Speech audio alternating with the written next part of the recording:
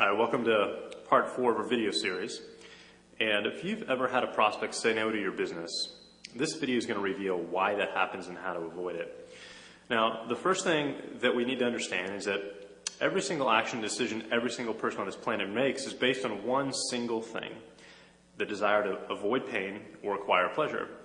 That's it. From the length of your hair to the fact that you open this email and are watching this video right now, to the job that you chose, were all decisions made because they either gave you pleasure or helped you avoid pain. Now, this is very important for you and I as networkers to know, because it's really going to allow us to do our job, which is to market and promote much more effectively. For example, when our prospects say no, it's really because they perceive the pleasure they were going to gain from starting a home business didn't outweigh the pain of the startup costs or moving outside their comfort zone, right?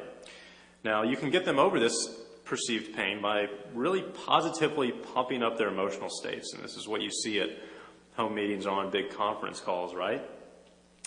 See, every single thing we buy stems from emotion.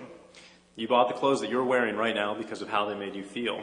You chose the car that you're driving because it's nice and it makes you feel proud, or possibly because it was inexpensive and you felt great saving the money, or because you avoided the pain of spending too much money that you didn't have, right?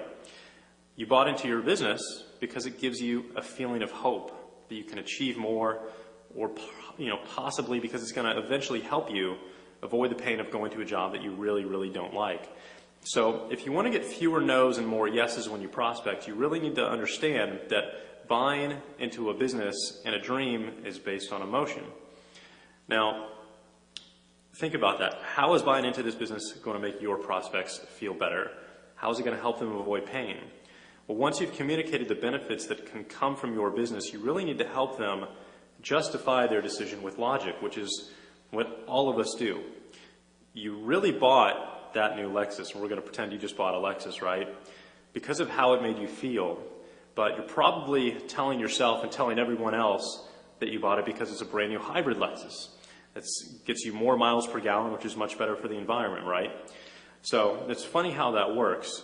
You bought into your business because of how it made you feel if you were to triple your income, right? But you justified the decision to get started with that business probably because it was a ground floor of opportunity of some kind, or it had an experienced management team or a brand new spectacular product. Who knows?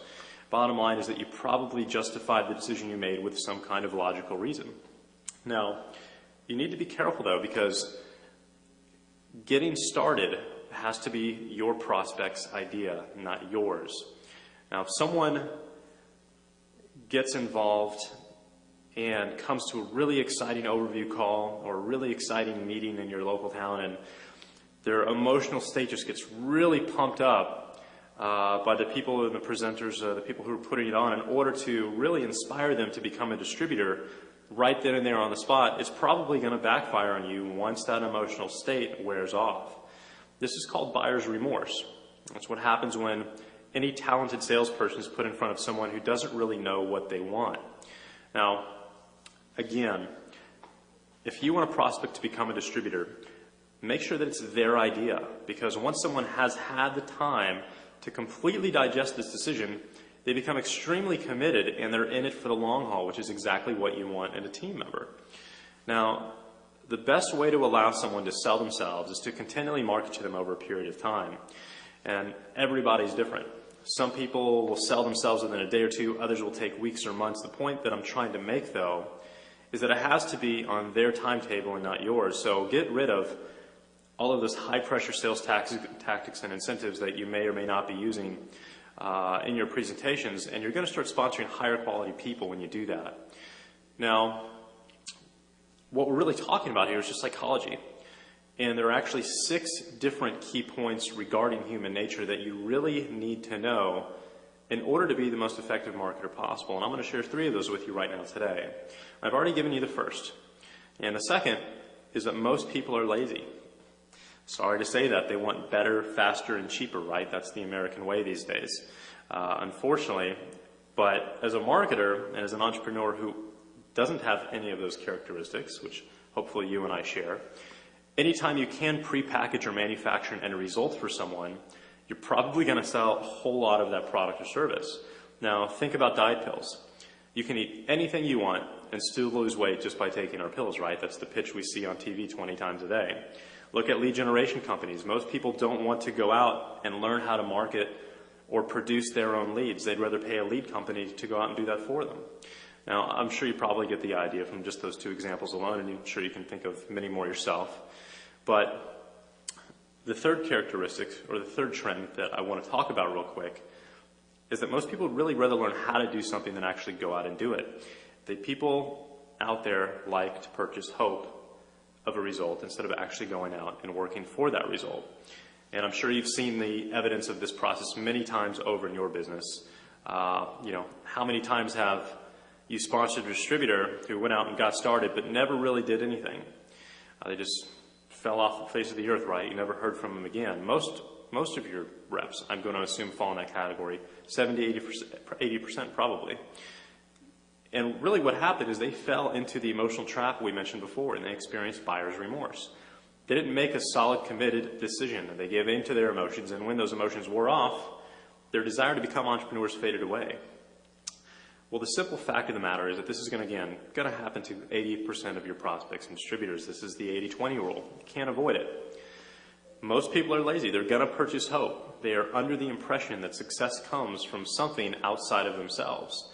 Now, if you don't come to the table with that knowledge, it's really going to have a major impact on your bank account. Much more so than you could possibly imagine, but there is definitely something that you can use in order to turn this into an advantage and actually turn these people into a profitable part of your business model.